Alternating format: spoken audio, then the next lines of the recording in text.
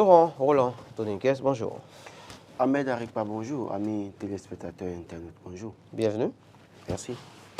L'information à la une de la quasi-totalité des quotidiens ce matin, elle est footballistique. Mondial scolaire Maroc 2023, le CEG Saint-Rita honore le Bénin. Défi Info en parle notamment. Oui, je crois que c'est une bonne nouvelle. Je n'ai pas pu voir sur le match avec le Mexique, où qu'ils ont étrayé 10 buts à 0. Mais j'ai pu voir le but qu'ils ont marqué face au Maroc. J'ai pu voir que ces jeunes ont assez de talent. En tout cas, ils ont de la compétition excusez, dans les jambes, comme je le dis. Je crois que quand ces enfants avaient fini le championnat scolaire africain, j'étais l'une des personnes à proposer qu'au lieu qu'on dise qu'on veut aller lancer des détections au niveau des départements pour envoyer des enfants dans les centres de formation, en tout cas en collaboration, créée en collaboration avec la CAF, et qu'il fallait mieux envoyer ces enfants qui nous ont prouvé déjà ce qu'ils sont, ce qu'ils peuvent faire. Et donc, c'est ce que j'avais proposé à l'époque. Bon, je crois que c'est les responsables du football béninois ont leur calendrier, ont des exigences certainement qui ont fait qu'ils ne pouvaient pas directement envoyer ces enfants. Mais ces enfants continuent de faire honneur. On fait des prouesses. Oui, des prouesses. Donc, battre... en fait, le Mexique fait partie des grandes nations de football. Quand on parle du football au monde, c'est que le Mexique n'est pas un petit pays. Absolument. Et quand vos enfants en arrivent à battre ces enfants mexicains 10 à 0, ça peut sembler banal, mais au fond, c'est quand même quelque chose. Et d'ailleurs, même battre le pays organisateur, le Maroc, aussi, c'est aussi quelque chose de très capital. Donc, nous savons combien de fois les seniors ont du mal à même gagner des matchs chez eux ici. Et quand c'est une équipe comme le Maroc qui est difficile à battre dans leur pays, et que c'est les enfants qui vont faire ces exploits, je crois que c'est à saluer. Et à saluer maintenant, il ne suffit pas de se réjouir de ce résultat au point de célébrer sans se donner du repos. Mais il faut réfléchir sur les véritables initiatives à prendre pour la continuité, pour la préservation, en tout cas pour la pérennité de ce que ces enfants ont fait. Je crois que quand ces enfants, quel qu'en soit le résultat qu'ils auront à la fin et par la suite, je crois que quand ils vont rentrer, il faut trouver un mécanisme pour les mettre ensemble. On a pu voir dans ce pays, on a envoyé des enfants au Brésil aller se faire former. Ils sont arrivés, il n'y a pas eu de suivi. Et donc finalement, chacun est dans son sens. On a pu voir certains parmi eux, quelques années après, qui ont fait le prouesse par exemple, du côté de la Russie. On a pu voir ce que ça a donné, je crois, il y a 2 ans ou 1 an. Donc je crois qu'il faut une continuité dans les actions, il faut un suivi. Malheureusement ici, dans notre pays, ce qui manque parfois, c'est le suivi. Donc vous allez voir, les enfants vont faire l'effort. Ils vont faire tout ça, juste quand ils vont rentrer, si par mégarde, ils ne gagnaient pas la compétition et que peut-être ils finissaient au niveau des 8e de finale, par exemple, voilà, on oubliera très vite ce qu'ils ont pu faire en battant au moins le Mexique et le pays organisateur du Maroc. Je crois qu'il y a un suivi qui doit être fait. Faire en sorte que quand ces enfants vont rentrer, réfléchir sur la possibilité, parce que peut-être que certains parmi eux n'auront plus la possibilité de participer au championnat scolaire l'année prochaine, et automatiquement détacher ces personnes-là et les envoyer dans les centres de formation et les faire former pour avoir le suivi, pour espérer que d'ici 5 ans, 10 ans, que nous puissions avoir des véritables joueurs, en tout cas made in Bénin, je veux dire en griffe, et compétitifs en réalité. En tout cas, bon à savoir, les jeunes du CEG Saint-Rita qui affrontent aujourd'hui l'Angleterre pour la suite de la compétition, et la nouvelle génération qui estime que ce sont là les efforts du gouvernement talent à travers les championnats scolaires qui portent leurs fruits. Oui, je crois que les championnats scolaires initiés, en tout cas, ça apporte les fruits. C'est ce que j'ai toujours dit. Il faut repartir. Le football béninois est à repenser à partir de la base. Il ne faut pas continuer à aller à la veille d'une compétition, aller dénicher des joueurs qui, en réalité, jouent le banc tout le temps dans leur club, ou d'ailleurs même qui n'ont plus de club, et qui, à l'approche d'une compétition, vont négocier un forfait avec des clubs pour dire, bon, prenez-moi. En réalité, c'est en fait je veux dire une certaine négociation, et puis un club essaie de dire, bon, nous avons signé tant, et puis comme eux n'ont rien à donner, Vous semblez être assez informé sur le sujet. Écoutez, comment attendre que c'est à la veille des compétitions que parfois on voit, quand nous commençons à annoncer à grand renfort que tel a trouvé un nouveau club. Et on ne dit même pas le montant du transfert, tout ça. Écoutez, non, quand même on connaît un peu comment ça peut se passer. Donc, au lieu d'attendre la veille des compétitions pour nous dire que tel a trouvé club à, je ne sais quoi, sur un territoire isolé, ou bien trouver tant et qu'on le ramène en équipe nationale, il vaut mieux réfléchir à repenser le football dès la base. Et avec ces enfants, nous avons quelque chose que nous pouvons préserver et nous pouvons pérenniser dans le temps.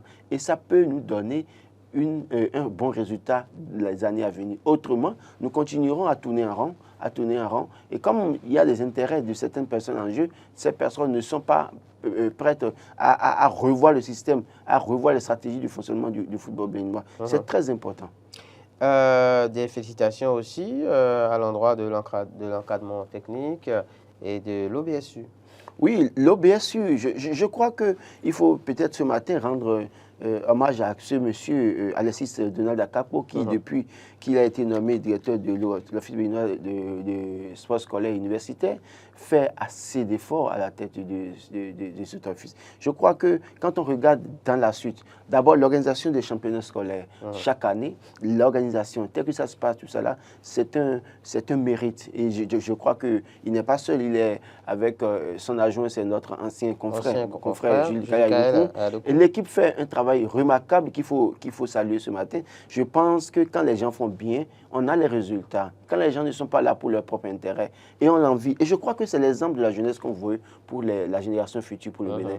Silencieusement, discrètement, mais fait un travail efficace. Pas les vous de la jeune qu'on voit la une, qui veulent tout le temps faire croire à Patrice Talon qu'ils sont meilleurs dans leur domaine. Mais Donald Alexis Akapo et Jules Kaliadokou, dans leur secteur, font un travail remarquable. On a pu voir que c'est avec eux que le championnat national scolaire a eu lieu chaque année. Et c'est avec eux que l'année passée, les enfants ont fait des prouesses. C'est avec eux cette année, les enfants font encore des prouesses.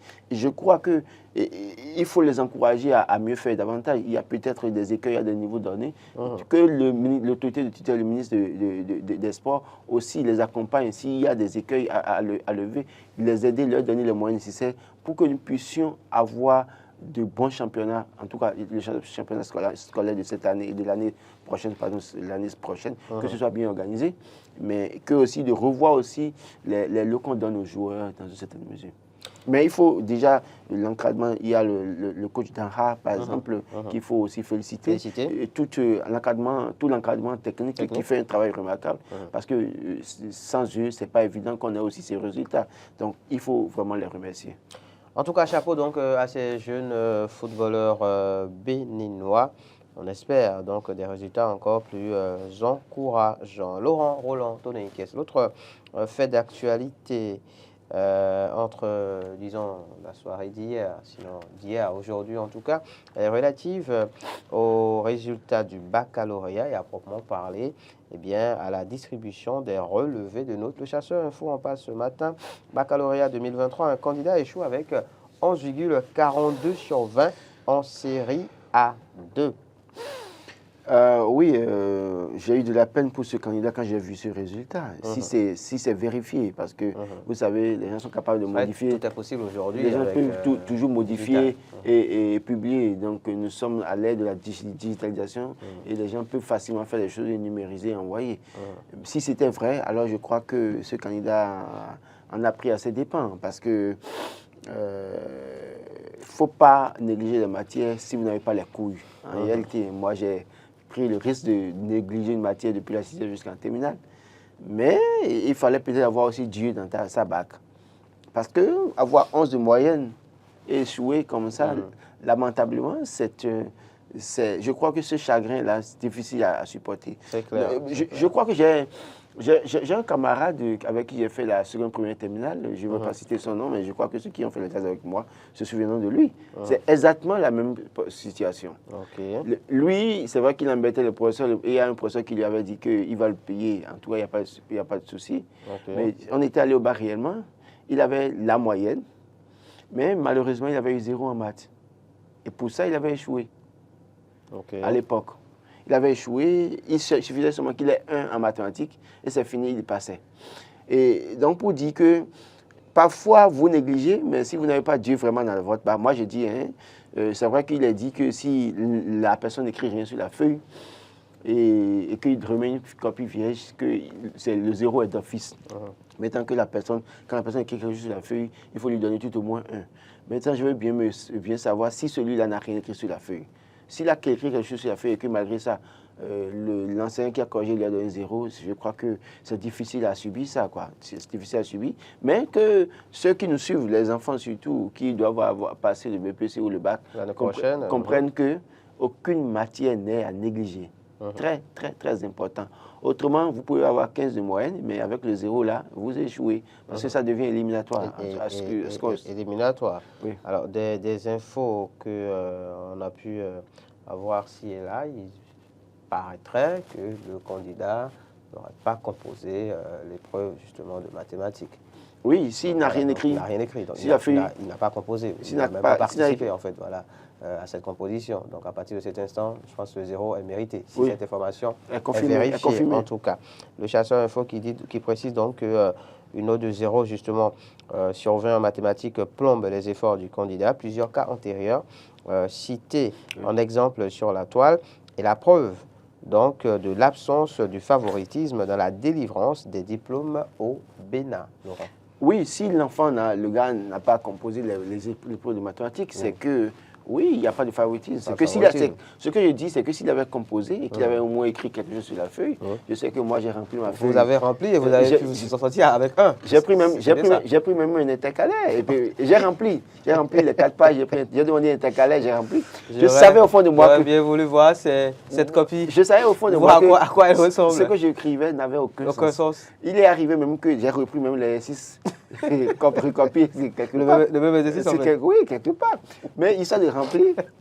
Attention, c'est pas apprendre aux enfants. Non, du tout. Et c'est pourquoi je dis que moi, j'ai eu 2 et je continuerai à prier pour celui-là qui m'a donné les 2 là, quoi. C'est que Dieu le bénisse partout il est, quoi. Et qu'aucun de ses enfants n'échoue un examen.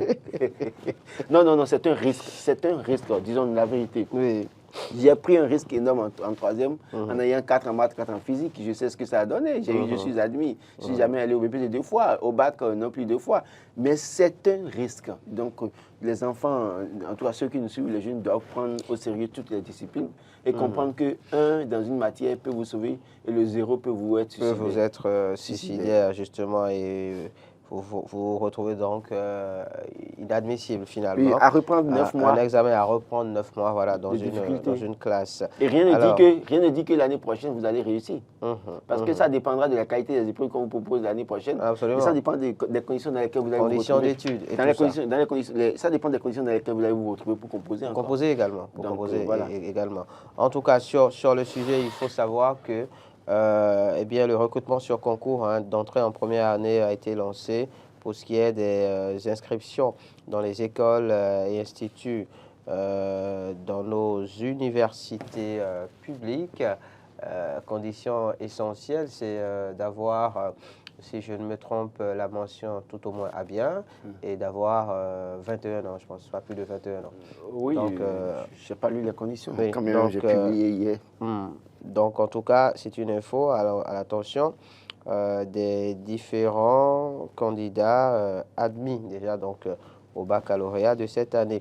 Et sur le même sujet, le chasseur info précise que les épreuves sportives au bac 2023, donc les admissibles aptes mais absents, invités à composer le jeudi 3 août prochain. C'est bien ça. Oui, je crois que c'est le dernier délai qu'on leur donne. Ils doivent pouvoir se présenter. Se mettre au pas. Oui.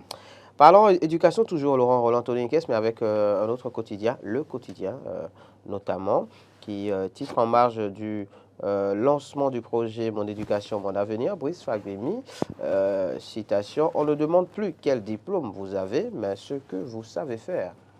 Alors, je suis scandalisé de voir que c'est un député qui a dit ça. Encore plus un député de la mouvance présidentielle qui travaille avec Patrice Talon, qui s'exprime comme ça. Tous les recrutements envoyés par, les avis de recrutement envoyés par le gouvernement en place, c'est bien exiger des diplômes précis dans les domaines. Et d'ailleurs même, pour cette situation, il se fait qu'aujourd'hui, il y a curriculaires de formation qui n'existent pas dans notre pays. Et le gouvernement travaille à ce que nous puissions avoir ces curriculaires de formation pour adapter le personnel, entre les personnes qui sortent. L'offre soit à la demande. Sur le marché de l'emploi. Sur le marché de l'emploi. Et donc, quand c'est un député qui dit ça, je dis, mais quand même, il est dans quel pays? Ah non, attention, il faut que nous puissions, attention, dire à certaines autorités, et ce que vous dites là peut avoir d'autres conséquences. Je crois qu'aujourd'hui, nous ne sommes pas encore dans un système américain. On sait très bien que dans le système américain, on demande ce que vous pouvez faire, c'est vrai. On ne vous demande pas nécessairement le diplôme. En tout cas, c'est ce qu'on a appris. Moi, je n'ai jamais été aux États-Unis, donc je ne connais pas le contexte. C'est de cela qu'il s'agit, en tout cas, pour tous ceux qui en reviennent et qui font des témoignages. Voilà. Oui, c'est ce que je dis. Je dis, c'est ce qu'on entend. Parce que moi, je n'ai jamais été là-bas. Voilà, donc, ce qu'on nous a rapporté, c'est ça. Mais sous nos cieux, jusqu'à nouvel ordre, pour recruter quelqu'un, on lui demande son diplôme. Bien sûr, bien sûr. Même le conducteur, aujourd'hui, on lui demande le BPC. Oui, la base. La base. Maintenant, un député vient dire qu'on ne demande plus de diplôme au Bénin. C'est comme s'il est dans un autre Bénin, en réalité. Il faut éviter ces trucs-là. Et je crois que même le média ne devait pas relayer cette information. Parce qu'en réalité, j'estime qu'aujourd'hui, il faut avoir les compétences. Autrement, avec Patrice Talon, tous ceux qui travaillent avec Patrice Talon, c'est des gens qui ont des compétences, qui ont des diplômes. Patrice Talon n'est pas allé chercher des gens sur le tas. Même si il a amené des gens de l'extérieur, écoutez, Pascal Yamounida, c'est parce qu'il est allé étudier, il s'est fait ça qu'on l'a amené. Si on a vu Zagronik arriver, c'est parce qu'il pouvait le faire qu'on l'a amené avec ses compétences. Donc, dire qu'on ne demande plus le diplôme aujourd'hui, c'est induire les jeunes en erreur. Que les jeunes aillent étudier pour avoir la connaissance. Sans connaissance, vous ne pouvez rien faire. En tout cas, ça peut changer l'année prochaine au Bénin, mais actuellement, c'est le diplôme qu'on vous demande. C'est le diplôme donc, qui est demandé, qui est exigé en tout cas. Après, peut-être qu'il faut mettre un petit bémol quand même. Quel bémol? Il faut voir peut-être la subtilité dans les propos du député quand il parle donc, de la valeur du diplôme, quand il dit qu'on ne demande plus donc quel diplôme vous avez, mais ce que vous savez faire, c'est peut-être une manière d'inviter finalement la jeunesse à, OK, ne pas abandonner les études, étudier, obtenir les diplômes, mais s'assurer de savoir faire quelque chose de pratique. Oui, mais... Et ne pas donc se cantonner. Le discours aurait été autre chose. C'est-à-dire que vous étudiez, mais en même temps, apprenez à faire quelque chose d'autre. Oui, après, on n'a pas suivi le discours. Et le quotidien ne fait que relayer là, voilà, un port de son discours. Ce qui est sûr, moi je pense une chose. Aujourd'hui, oui, il y a diversité, il faut s'adonner à une diversité de formation. Oui. D'accord? Il ne faut pas se cantonner à suivre les études. Voilà, il faut étudier, mais en même temps faire une formation. Vous étudiez, en même temps vous faites de la coiffure ou de la mécanique à côté ou de l'électricité à côté. D'accord? Mais toujours est-il que, jusqu'à preuve du contraire, tout recrutement lancé par le gouvernement béninois, c'est sur la base des diplômes. Et pas que d'ailleurs, et pas que le gouvernement béninois. Voilà, et donc rien que pour ça, le gouvernement n'a pas encore lancé un recrutement. Le gouvernement auquel il appartient n'a pas encore lancé un recrutement dans ce pays. Enfin, il n'appartient pas au gouvernement, il est député. Il est membre. Il n'est pas membre du gouvernement. Bon, il est membre du gouvernement. Il est membre de la mouvance présidentielle. D'accord? Alors, la mouvance présidentielle à laquelle il appartient et qui dirige le pays en réalité, jusqu'à nouvel ordre, n'a jamais encore lancé un recrutement pour dire. Et nous recrutons ceux qui peuvent faire la comptabilité sans un diplôme. Nous recrutons ceux qui peuvent enseigner sans un diplôme. C'est évident. D'ailleurs, même les AME, on a exigé des diplômes. On ne l'a pas dit si tu sais enseigner. Parce que si on dit si tu sais enseigner, il y a des gens qui ont le BPC, qui peuvent très bien enseigner, même mieux que ceux qui ont le bac. D'accord? Donc, sur cette base-là, je crois qu'il faut revoir la manière dont on s'exprime avec les jeunes pour ne pas les induire en erreur. Allez, on va poursuivre Laurent, Roland, Tony, qui est salon à la une du quotidien. Dabarou ce matin, Dabarou, le quotidien qui parle de consommation à volo qui tue silencieusement, s'agissant donc des produits avec des OGM, organismes génétiquement modifiés. Laurent, Roland, Tony, qu'est-ce?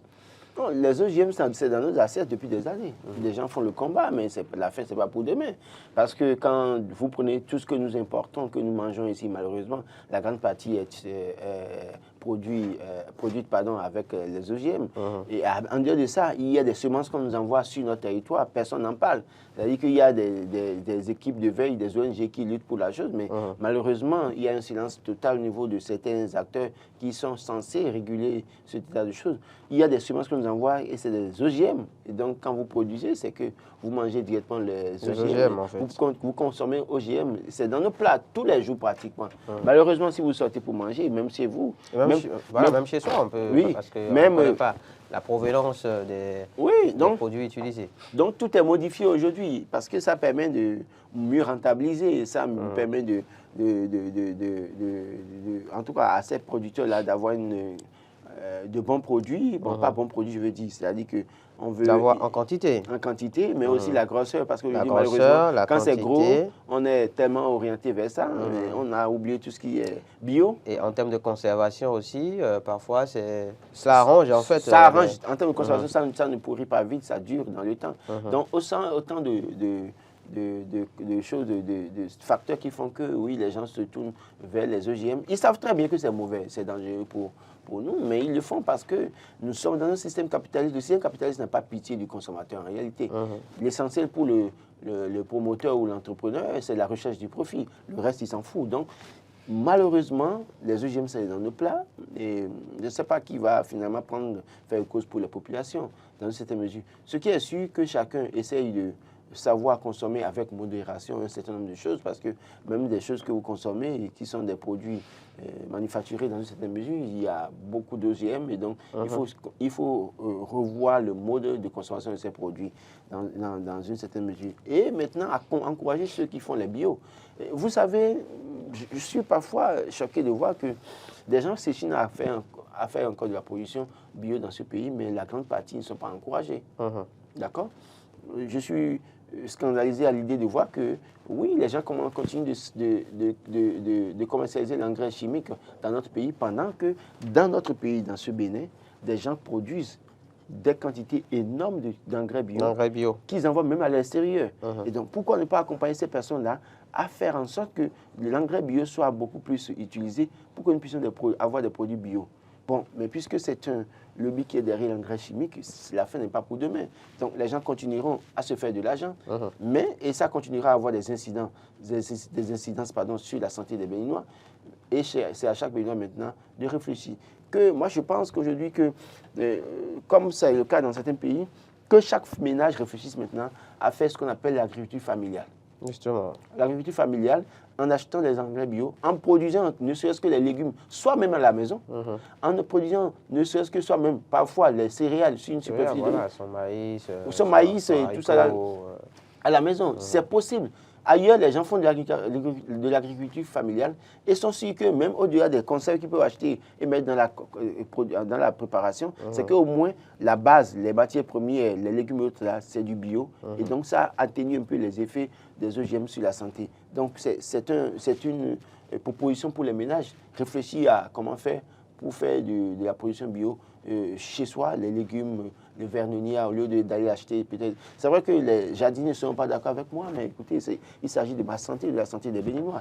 Eux, ils se font de l'argent, ils mettent de l'engrais, d'accord, mais à quel prix? Quand vous achetez les légumes, la laitue par exemple à la maison, et que vous envoyez, et que la veille peut-être on a déjà mis de l'insecticide dessus dedans, et que vous ne l'avez pas très bien, imaginez les conséquences. Et pourtant, il y a ce qu'on appelle insecticide bio dans ce pays, produit dans ce pays, mais personne ne fait la promotion.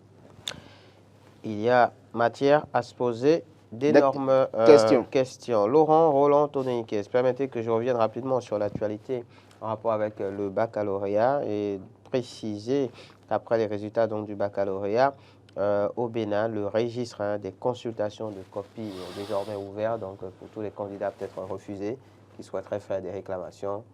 Voilà, c'est le moment de mener les démarches, disons, idoines. Je crois que si vous avez échoué, que vous avez su que vous avez travaillé, vous pouvez demander à voir vos copies et ça vous permet de consulter les copies. Si c'est celui qui a reporté la note qui est en erreur, on vous fera justice. Maintenant, si vous avez un 15 dans une matière et que vous estimez que vous devez avoir 20 et que malheureusement sur votre copie il y a 8, si vous allez chercher et que vous trouvez sur les 8, soyez sûr qu'on va vous reporter les 8.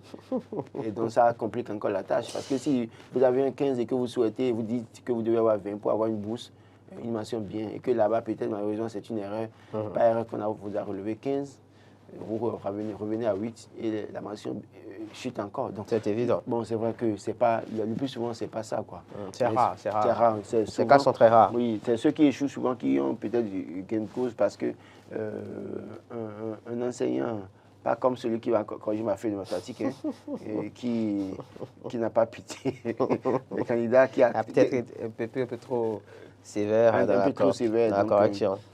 Bonne chance à ces personnes-là qui prendront le risque d'aller consulter leur copie. Mais non, ce n'est pas un risque, c'est qui prendront l'initiative, tout simplement. Oui. Il ne s'agit pas d'un risque. C'est une initiative, mais c'est aussi un risque en ce sens que, bon, vous allez vérifier et puis après, vous vous rendez compte que, bon, c'est ce que vous méritez, quoi. Bon. Oui. Bon, de toute façon, bonne chance à eux. À tous les candidats refusés qui tenteront de se faire accepter. Refusés et ajourner.